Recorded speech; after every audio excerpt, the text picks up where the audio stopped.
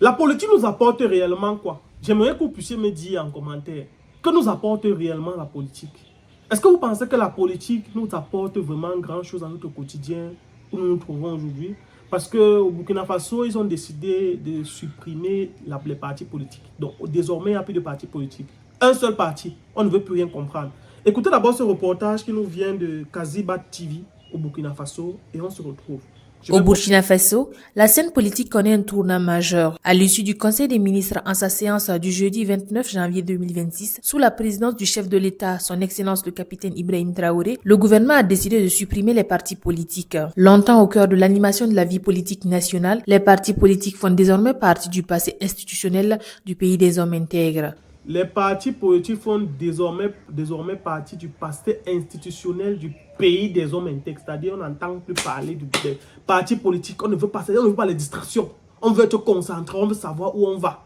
Continuons. Une mesure qui ne laisse pas indifférent les populations. Dans les rues de Ouagadougou, pour de nombreux citoyens, cette décision est perçue comme une étape importante. Ils estiment que les partis politiques au fil des années sont devenus des sources de division et de tension au sein de la société. Alors, que pensent les Burkinabés du fait qu'on ait supprimé les partis politiques? Est-ce qu'ils sont d'accord?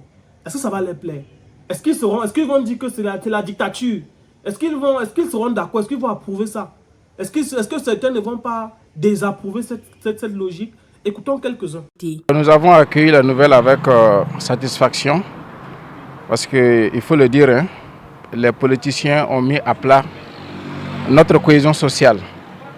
Et je pouvais même dire que c'était les premiers terroristes, avant donc les petits bandits qui sont en brousse, qui sont en train d'endeuiller notre famille. Donc cette décision était attendue impatiemment par le peuple burkinabé. Donc il faut dire que c'est avec un cœur plein de joie que nous avons appris la nouvelle hier soir. Donc nous félicitons son Excellence le capitaine Ibrahim Traoré et tous les membres du gouvernement pour cette belle décision qu'ils ont prise. Je vais d'abord dire merci et féliciter l'autorité compétente d'avoir pris cette décision, chose que nous attendons déjà depuis fort longtemps. Quand on prend le cas des partis politiques auparavant, si tu es dans un parti politique différent de celui de ton frère, du coup, il n'y a pas d'entente. Pourquoi? Chacun va vouloir combattre de son côté. Vous avez compris ce qu'il a dit? Que quand tu es dans un parti politique et que celui de ton frère est là, il n'y aura pas d'entente, chacun va vouloir combattre de son côté. Très important. Ça nous rappelle quelle situation il y a quelques temps dans un pays d'Afrique centrale. Ça nous rappelle quelle situation.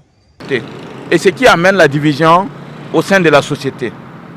Donc nous saluons déjà l'idée prise par son excellent le camarade capitaine Ibrahim Traoré d'avoir suspendu ces partis politiques et de donner une autre forme de politique à la nation qui part en droite ligne avec la gouvernance actuelle. Pour le moment, affaire de partis politiques là, chez moi, nous sommes en train de chercher notre autonomie. Et je vois que la politique a beaucoup divisé les gens dans les villages. Et vous voyez que c'est un peu compliqué. Donc, pour le moment, on va d'abord travailler pour pouvoir avoir notre indépendance totale. Même ceux qui parlent de la politique là, chez eux là, il y avait eu des situations où eux-mêmes ils ne se retrouvaient pas. Et qu'ils ont travaillé pour arriver à un niveau où le pays était en paix, leur pays était en paix, avant de commencer à parler de cette politique. Donc moi, je ne trouve pas que c'est un problème. Ils ont attendu que leur pays soit en paix avant de commencer à parler de cette politique. Parce que chez lui, il estime que quand lui-même il voit la situation, il estime que ce n'est pas un problème. Parce que c'est clair, pour les gens qui sont vraiment concentrés sur le développement, l'avancée du pays, de stabiliser, mettre le pays à un certain niveau, ces histoires de politique ne les intéressera pas. Ça, c'est une réalité claire. Voilà un citoyen qui vous dit que lui, parce que certains vont toujours dire que ça, ce n'est que quelques-uns qui ont parlé. Est-ce que tous les citoyens sont d'accord? Ce qu'il a dit est tout à fait pertinent. Lui, tant qu'il faut développer le pays, la politique n'est pas leur problème pour l'instant. Pour l'instant, même s'il faut revenir sur cette histoire après, pour l'instant, on met d'abord ça de côté. On se concentre nous tous, on unit nos forces pour développer le pays. Continuons à écouter. Voilà. Pour le moment, on n'a pas besoin de se diviser. Parce que si on doit faire les élections pour aller diviser les gens dans les villages, et c'est tout cela qui a amené tous ces problèmes que nous vivons aujourd'hui. Nous saluons la décision qui est issue du Conseil des ministres. Nous sommes dans une situation exceptionnelle où nous avons besoin de mobiliser toutes les forces de mobiliser toutes les couches de notre société. Et vous savez, la compétition politique, les partis politiques, tels que ça existait avant, mais il n'y a rien à faire, c'est une source de division. Parce que là où on parle de questions politiques, là où on parle de compétition politique, on parle également de situations, de lieux et de terrains par excellence des divisions. Toute compétition oppose des acteurs.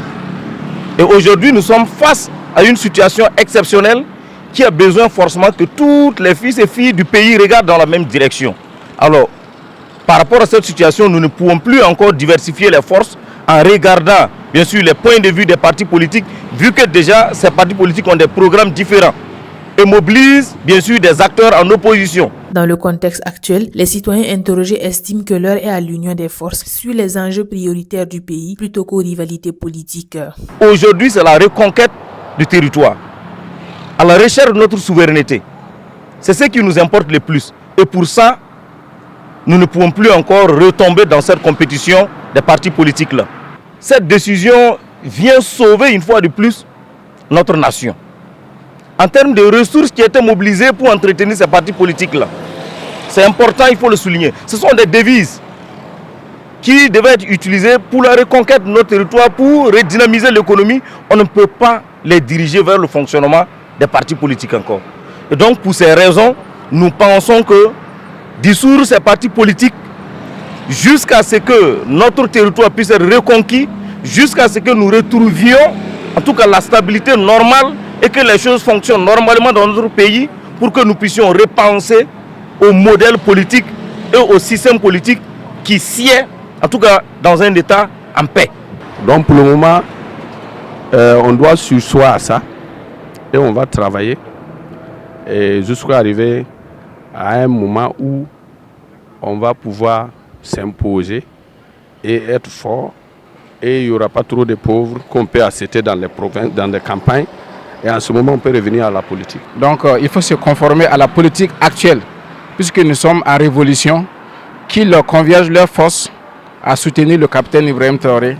Alors, certains diront le capitaine Traoré est un dictateur. C'est quelqu'un qui, comme il est au pouvoir, il ne veut plus laisser, c'est monté, c'est descendu. Bon, revenons sur cette question politique.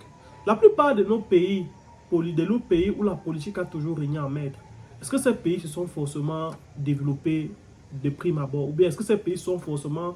Est-ce que la politique... Je vous prends un exemple. Prenons l'exemple d'un pays comme le Canada, par exemple. Pays dans lequel il y a des partis politiques, chacun est là, il y a la démocratie, entre guillemets, comme ils disaient souvent. Est-ce que quand vous voyez ces pays-là, tous les jours, ce sont eux qui veulent ci, ce sont eux qui veulent ça, ce sont eux qui veulent des lois, ce sont eux qui veulent... Prenons les États-Unis, par exemple. Les démocrates d'un côté, les républicains d'un côté. Prenons l'exemple de la France. Tu as Marine Le Pen d'un côté, tu as Emmanuel Macron, tu as tel. Des gens qui passent le temps à s'affronter.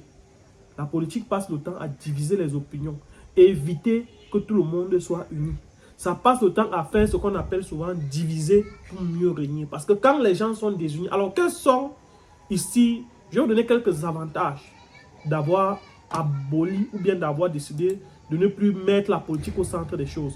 Alors, quelques avantages, on a la fin des divisions partisanes. Ça veut dire quoi? Ça veut dire tout simplement que quand il y a politique, chacun tel choisit tel parti politique, l'autre est dans tel parti politique, ça divise les gens, ça divise les opinions. Je vous prends l'exemple du Cameroun. Dernièrement, avec les partis politiques qui s'affrontaient, d'autres, je suis le MLC, d'autres, je suis le RDPC, d'autres, je suis le PCRN. Aujourd'hui, tu as des gens qui ont des tensions vis-à-vis des autres. Alors, après ça, on a la priorité aux compétences et à la méritocratie. C'est-à-dire qu'à ce moment, on ne sera plus dans... est-ce qu'il faut... Parce que quand il n'y a plus de partis politiques, je vous dis ce qu'il faut. On ne sera plus dans... il faut qu'on laisse tel côté de l'économie, tel côté du pays à tel parti politique. Il faut que peut-être à l'Assemblée nationale, on ait tel nombre de sièges. Dans telle institution, maintenant, on se concentre sur la méritocratie. Parce que si on commence, quand on a les partis politiques, l'autre dit que je ne suis pas d'accord, l'autre dit je suis d'accord. Maintenant, si on est concentré sur la méritocratie, est-ce que ceux qui sont là ont vraiment mérité ce pourquoi ils sont là? Ça évite qu'on ait des cancres, des gens immédiats, des gens médiocres à des places de responsabilité pour faire évoluer le pays, pour faire évoluer le continent. Donc là, maintenant, on aura plus de gens qui savent ce qu'ils font, qui méritent vraiment. Alors ensuite, troisième raison, on a La réduction de la corruption liée au financement, c'est-à-dire qu'à ce moment donné, puisque c'est un seul parti, c'est uniforme. Ce n'est plus qu'il veut te choquer pour que tu partes négocier, que j'ai telle place. Non, tu vas te concentrer à travailler. Toi-même, tu sais que si ce n'est pas que tu as bossé dur pour être là où tu es, il n'y aura pas qu'il veut donner 2 millions, on va placer. S'il veut donner 5 millions, on va placer là-bas. Il n'y aura plus ces histoires-là. Maintenant, c'est que tout le monde va se concentrer à travailler uniquement. En quatrième point, alors, ensuite, on a dit plus de liberté pour les élus. Chacun, c'est-à-dire, chaque député maintenant est libre de décider qu'il veut. Ce n'est plus de voter pour la loi qu'il veut. Ce n'est plus que parce qu'on est de tel parti politique, on doit voter telle loi parce que non. Maintenant, les députés sont que si au Parlement, il y a telle loi, ça ne m'arrange pas, je vote. Je ne vote pas parce que mon parti politique a tel avantage. Là, ça fait quand il y a la politique, bien quand il y a un politicien leader d'opinion, ça fait que 2-3 politiciens peuvent se mettre ensemble pour bloquer une loi ou bien pour faire passer une loi. Alors là, maintenant, quand on dit plus de liberté pour les élus du peuple, ça veut dire qu'à ce moment donné, s'il y a une loi qui ne vous arrange pas, ce n'est pas parce que c'est ton parti politique qui est derrière que tu dois supporter, non. C'est parce que ça ne t'arrange pas en tant que député que tu vas choisir ou non cette loi. Alors là, ça sera plus facile. Alors maintenant, vous demandez sûrement quels sont les inconvénients. Difficulté de gouverner. Oui, difficulté de gouverner. Pourquoi? Parce que ça n'a pas seulement des avantages. On a la difficulté de gouverner parce qu'à un moment donné, il y aura une catégorie de la population qui pense que pourquoi ce n'est que lui seul qui doit gouverner. Lui aussi doit nous laisser, nous aussi on gouverne. La plupart des pays où on a toujours fonctionné comme vous voulez là, ça a fini comment? Ça finit souvent par des problèmes, des situations. On sait tous que pour que nous, en Afrique, on puisse se développer, il faut qu'il y ait des gens devant qui disent que c'est comme ça que ça marche. Tout le monde s'aligne. Je vous prends un exemple. Quand vous prenez, par exemple, le cas de la Chine. La Chine, par exemple, c'est le parti communiste, parti unique. C'est-à-dire, on ne veut pas savoir. C'est le président chinois, c'est lui qui est là. On ne veut pas savoir. Quand vous prenez, par exemple, le cas de la Corée du Nord. Ce sont tous deux des grandes puissances. La Corée du Nord, aujourd'hui, on a tous peur d'eux. On sait que ce sont des gars qu'il ne faut pas attaquer. Quand vous prenez, par exemple, le cas de la Russie. En Russie, on n'a pas dit que c'est parti unique qu'on a supprimé les partis politiques, mais les autres partis politiques en Russie sont presque inexistants. On sait qu'il y a un seul leader. Tout le monde s'aligne derrière le leader. Qu'il prenne des décisions bonnes, on tombe dans la boîte avec lui. Qu'il prenne des décisions mauvaises, on tombe. Si c'est que quand il va prendre des décisions mauvaises, on va peut-être s'enrouler au sol. Qu'on s'enroule tous au sol. Mais l'essentiel, c'est qu'on est derrière un seul leader. Si demain on gagne, nous tous on gagne ensemble. Si demain on perd, c'est comme ça. Au moins c'est dans cette... Mais l'inconvénient, le revers, c'est-à-dire le couteau à double tranchant de cette décision, c'est aussi qu'il faudrait être un leader qui est assez impartial, qui sait trancher et qui sait réunir tout le monde, qui sait se placer au centre et non pas mettre les émotions en avant. Quand vous êtes ce genre de leader, ça va marcher. Forcément, ça va marcher. C'est la seule difficulté. Parce que parfois, tu vas faire comme ça. Là, après, quand les gens vont commencer à te suivre, tu vas maintenant positionner tes gens. Non. Quand c'est comme ça, il faudrait être vraiment le leader qu'il faut et non le leader qui pense qu'il doit être là. Alors, dites ce que vous pensez en commentaire. Selon vous, est-ce que le capitaine Traoré, c'est une forme de dictature ou c'est une forme pour lui de faire l'effort pour se maintenir au pouvoir?